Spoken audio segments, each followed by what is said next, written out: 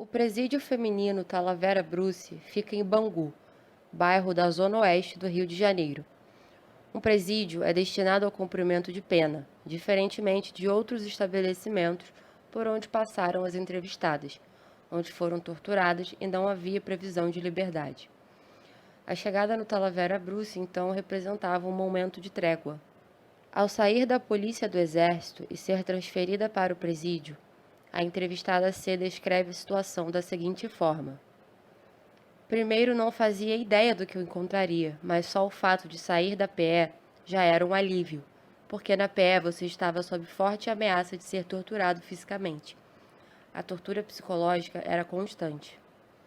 Embora fosse um momento de trégua, os efeitos do espaço prisional foram sentidos por todas elas.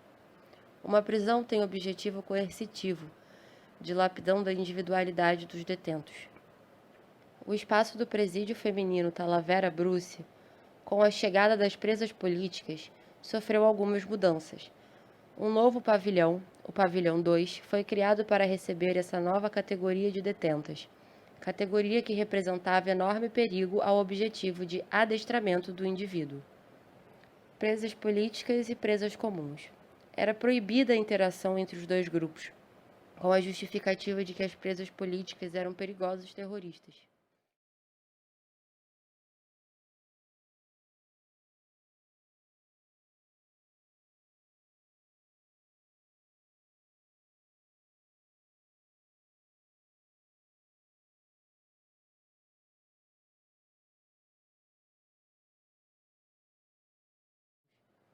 O pavilhão 2 era dividido em duas alas e um pátio interno.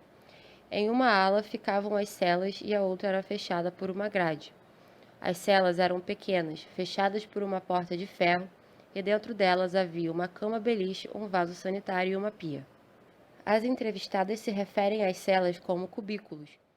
Para o Talavera Bruce era um presídio, com um corredor, com celas, chamávamos de cubículos de 2 por 1 metro, com a cama, um vaso sanitário num buraco, uma pia no canto e uma porta de ferro.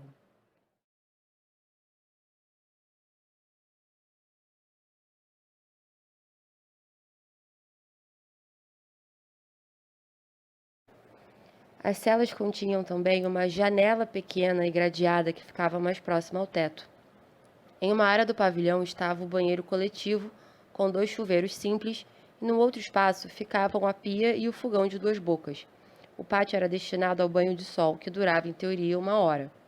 Inicialmente, elas não podiam transitar pelo corredor do pavilhão. Permaneciam nas celas, saindo apenas quando autorizadas pela diretoria.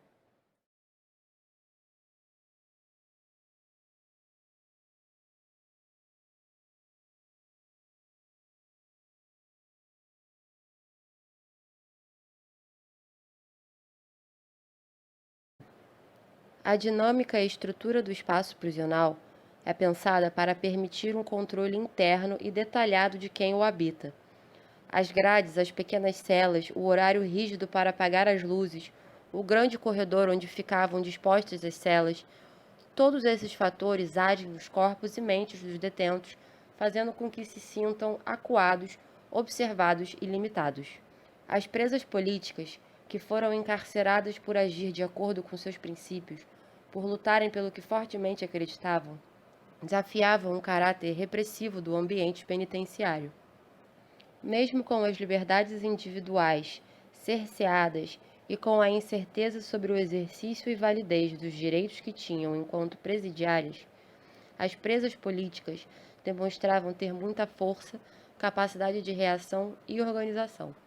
Havia um senso de união guiado pelo fato de que estavam ali na mesma condição, reconhecendo um ideal em comum, e assim conquistaram o direito de ocupar cada vez mais o espaço do presídio. Mas apesar de toda essa repressão, conseguiram arranjar um meio de continuar a acreditar nas suas lutas. Mesmo que agora as lutas sejam por melhores condições na cadeia, até as divergências ideológicas que existiam entre elas foram substituídas por união e solidariedade.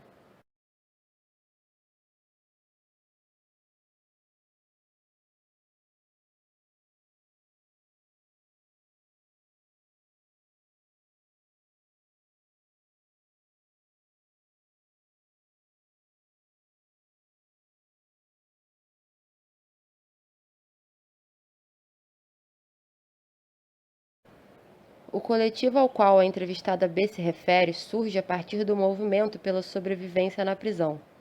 A estratégia para sobreviver foi se organizarem, criando uma rotina de tarefas e trocas, realizando tarefas domésticas, intelectuais, artísticas e físicas.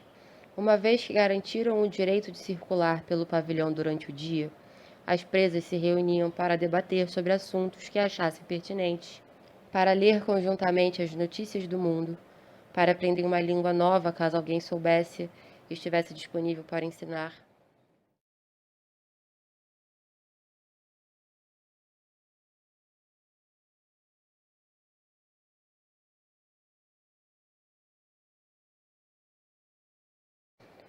Se houvesse algum acontecimento externo, como os sequestros de embaixadores, ou se as presas políticas faziam greve, por exemplo, a entrada de cartas, livros e jornais poderia ser vetada pela direção do presídio. A suspensão das visitas também era uma forma de punição.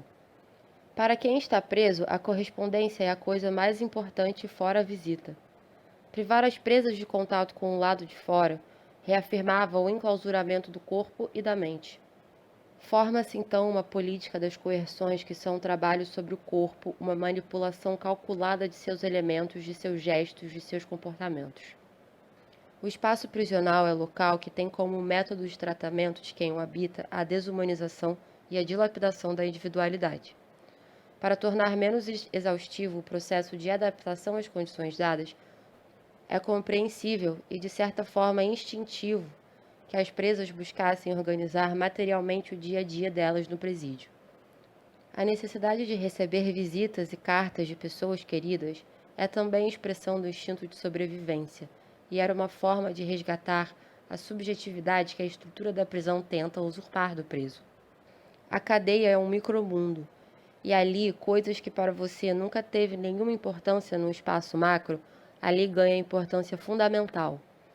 O simples ato de limpar a cela, de arrumar gradualmente uma estante de livros, ou a existência da possibilidade de se reunirem em uma parte do pavilhão para ler as notícias do dia, já é um meio para formar a conexão individual com o espaço que reverbera na conexão entre um indivíduo e os demais.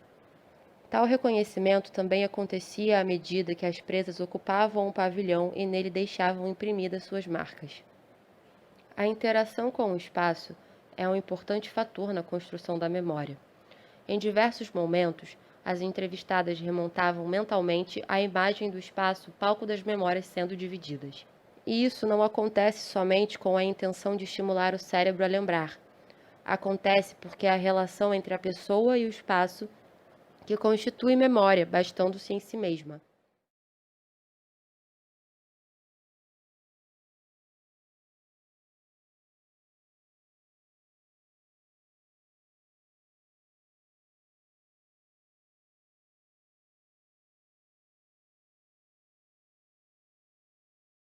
As 4 entrevistadas passaram por experiências semelhantes, antes e durante o período em que passaram detidas do presídio feminino Talavera Bruce.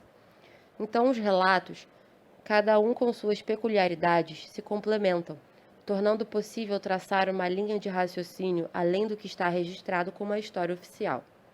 Esses relatos são fruto da memória tanto individual quanto coletiva, por isso a importância de analisá-los conjuntamente. Alguns detalhes e informações não são citados pelas entrevistadas. Isso pode acontecer porque as memórias que têm do tempo quando estavam presas podem ser muito pesadas e difíceis de serem comunicadas com alguém que não teve a mesma vivência.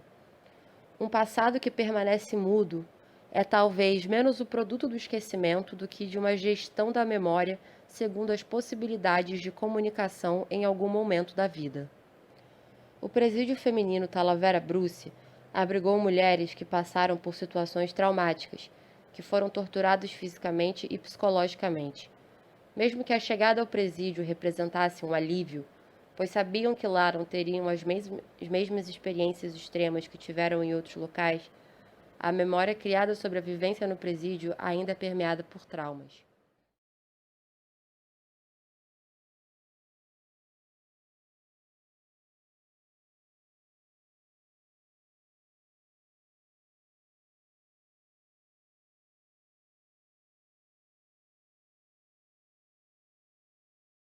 Existe um conflito entre a memória coletiva do grupo das presas políticas e a memória coletiva de quem não foi perseguido e detido pelos agentes da ditadura militar. O conflito entre narrativas é gerado pela tentativa de criar uma hierarquia entre os discursos. A história oficial pertence às camadas mais poderosas, enquanto a história, considerando o que relatam as camadas menos poderosas, não tem a mesma validez. Quando as presas políticas finalmente são libertas da prisão, isso não quer dizer que se libertaram também da condição de subversivas, condição determinada por pessoas e instituições que representavam poder e tinham influência direta no processo de delimitar e fundamentar quais narrativas são válidas e quais não são. Após saírem da prisão, ainda sob a vigência do regime militar, falar sobre as experiências traumáticas que viveram e que denunciam fatores omitidos pelos agentes do regime com a intenção de manter a ordem benéfica à manutenção de poder, representava risco de retornarem às prisões, de não serem ouvidas e levadas a sério, de não conseguirem empregos ou ter relações com quem não viveu aquilo que elas relatam. Pesquisar sobre o período ditatorial é se deparar com esse conflito entre a verdade do Estado e suas instituições e a verdade nos discursos dos que foram perseguidos. Os que foram torturados, presos ou perseguidos trazem informações obscuras que não são expostas nos documentos oficiais do regime, ou informações que existiriam se não houvesse um esforço tão grande de certos agentes do Estado e das Forças Armadas em queimar arquivos. Se faz necessário o estudo do passado e das memórias subterrâneas. A presente pesquisa, realizada no âmbito da linha de pesquisa Memória e Espaço, fica evidente que o espaço prisional, por suas características, marca definitivamente o espírito dos que viveram essa experiência. Não fossem os relatos colhidos pelo Laudoc, as experiências vividas pelas entrevistadas protagonistas dessa pesquisa estariam perdidas, relegadas ao esquecimento. A descrição feita pelas entrevistadas das celas e da organização diária e coletiva das presas para melhor conviver com aquela realidade dão a dimensão da atuação do espaço e da própria ideia que o fundamenta na relação que os indivíduos estabelecem com tal espaço.